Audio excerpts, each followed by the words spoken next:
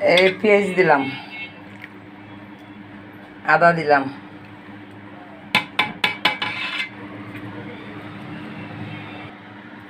এই যে হলুদ দিলাম,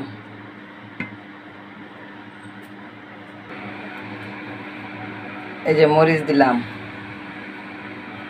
মরিচ, দারচিনি, এলাচ যা আছে সব গরম মশলা একসাথে ফাঁকি করছি ব্লেন্ডার করে হেডি দিলাম। আমি কোনো আলগা মশলা প্যাকেট মশলা ব্যবহার করি না, আমি সম্পূর্ণ হাতের দেওয়া মশলা দিয়ে আমি রান্না করি। এই যে দিলাম তেল,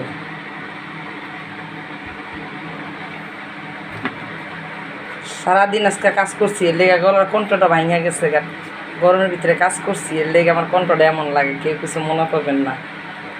এই সারাদিন আজকে কাজ করছি, ঈদের দিন বুঝে নিত। এই যে সম্পূর্ণগুলি মাখাইলাম।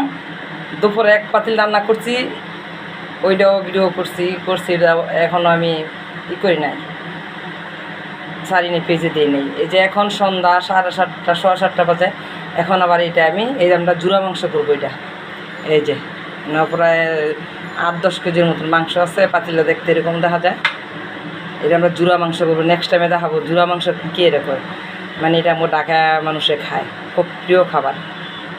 ভিডিওটা আমি এখানে শেষ করলাম। আসসালামু আলাইকুম, সবাই ভালো থাকেন, আমিও ভালো আছি। আর সারাদিন কাজ করলে তো বুঝনি কেমন মানুষ ভালো থাকে।